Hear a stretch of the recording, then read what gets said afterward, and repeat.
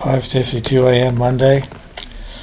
Went to Bare Naked Ladies concert tonight. Pretty good concert, fun evening. Weren't that many people there, maybe halfway full. Did Uber afterwards until 10 trips so I get my little $45 bonus. Kind of in the hole last week, back out of the hole in the money bank, money-wise, and drove Uber. Got home and I'll make my little weekend video.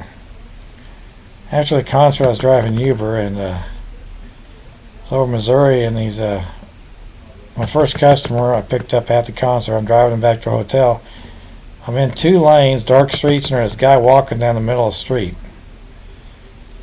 He was in the lane closest to the sidewalk, but he was out in the middle of that right-hand lane. I was in the middle left-hand lane. But I mean, his back was the traffic. I said, this guy's wanting to get killed or something.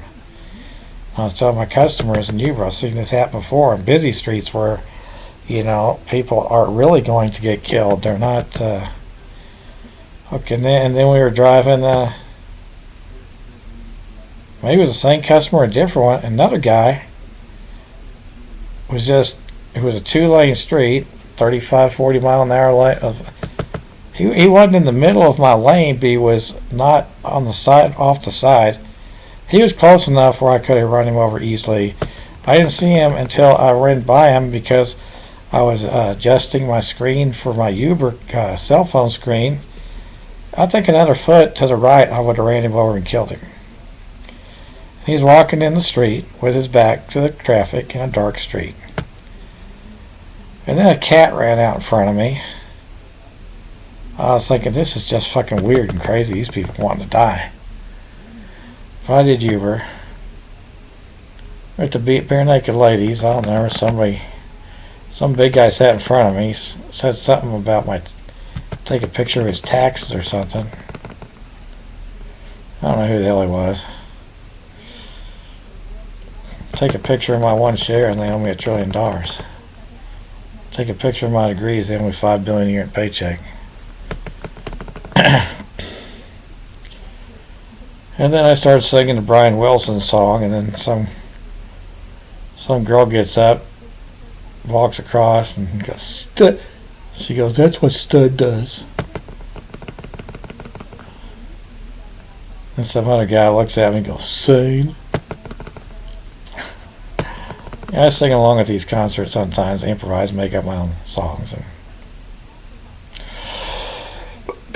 Oh yeah, before the concert I was on my cell phone, played the Bare Naked Ladies song, and started playing other songs I thought appropriate, little storyline pre-party. And afterwards I think this girl yelled punk at me. I was thinking she was that newscaster, used to be on the news. Punk, blonde haired, whatever her name was. It's been a while.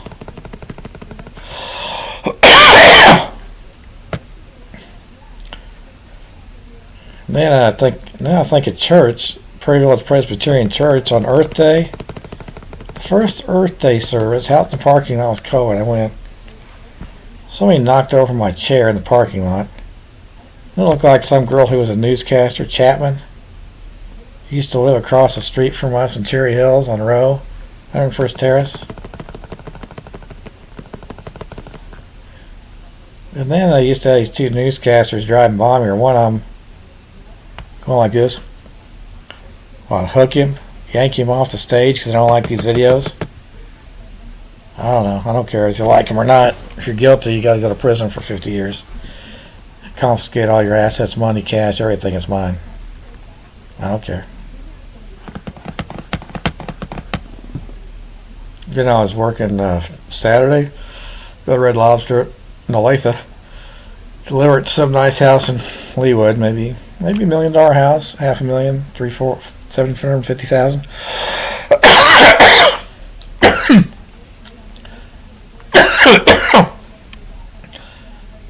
GPS takes me, and I looking for the exact address, and there's no address. So I yell at this woman sitting on her front porch. I say, "Are you getting a Uber?" And she just kind of goes, doesn't say anything, just kind of makes a motion. Like, "Are you," whatever her name was. She goes, I said, well, look, I can't see the address. You're sitting out here. Is this for you? Get out of the car, give it to her. She goes, well, I'm sorry if, she said, I'm sorry if my address screwed up your evening. I had to paint her and take the numbers off my address. I'm a retired school teacher. You need to get a better job. I said, yeah, well, you know what? I got my Purdue shirt on, my master's. I've been disrespected for my $5 billion a year hedge fund paycheck and my real estate license. And my hedge fund license. It's been going on since the ACT test where I was 99% in math. I don't need your bullshit. You're welcome. Good night. I kind of felt bad afterwards. But then somebody else said she was just doing it to cause a problem so she wouldn't have to pay me. But then I did get paid. I complained about not getting paid. I did get paid. I don't know. I don't know what the hell she was doing. I don't know who the hell she was.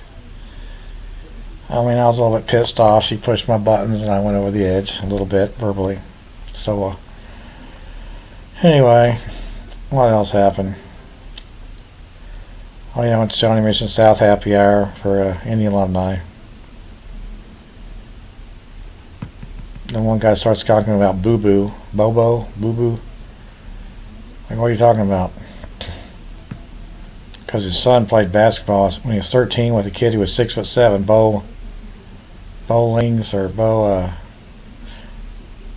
whoever this 7'10" basketball player was, he was a real skinny guy. Manute Bol. I said, oh yeah, I remember reading he lived in Olathe. I live in Olathe now. And one time when I was in jail with a legal issue, I was in a cell and van with this real tall skinny guy. And he had to be Manute Bol's a relative, son or cousin. I go, are you related to Manute Bol? Are you Manute Bol?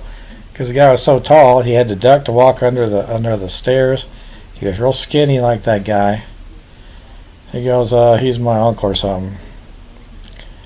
I said, yeah, I had an altercation with somebody, one of his family members who was, or just, was in a jail in a jail truck with him. He's like, had to be the same.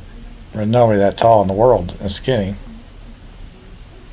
But he was calling him boo boo bobo. I was like, what the hell are you talking about? Well, one time, oh yeah, and then another guy was talking about he was in jail or his wife was filming in jail, and I said, well, one time when I was in jail, the Discovery Channel came in there and started filming Gardner. And so I said this thing, we got a top 10 list like David Letterman, and first thing you do when you're in jail, when you're taking a shower in jail, if you drop the soap, do not bend over. Oh yeah, this guy was a black guy. He was a Bubba. He started laughing. He said, like, I don't remember. I don't know. I said the guards kept on laughing about that. One of the guards, I think his name was Perdue. P-E-R-D. He was laughing, making jokes about the rest of my time in there that time, because they had the same jar. Polson, Perdue. I had 3 or 4 of those guys that were always the same guy every time I was in there.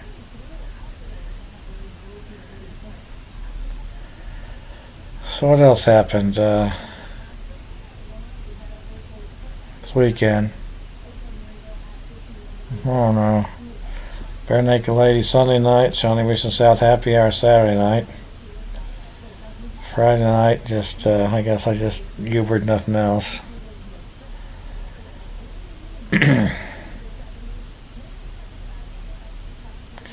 These little videos are getting some eyeballs good. Checks and balances bring hell to the punks who disrespected me. Merrill Lynch hand me $1 trillion. Get the board of directors on national TV to discuss these issues. PaineWebber, UBS PaineWebber, Morgan Stanley, Smith Barney, Oppenheimer. I'm not Oppie.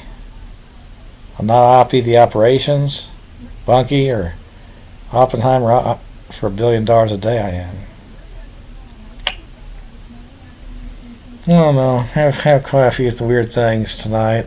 Doing Uber this weekend. People call me chump or telling me to be a chump because I was a chump in Video Corner with Mom. I guess I was. What else have I heard? Bum, I'm a bum. You're just a cocksucking faggot punk. What else do they say I am?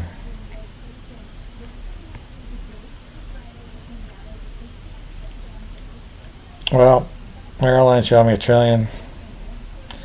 Everybody involved with disrespect gets executed. Smith Barney owe me $1 trillion. Ping Weber, you owe me $1 trillion. And everybody involved gets executed. Too bad, haha. Headquarters don't call me back and address these issues. They're guilty.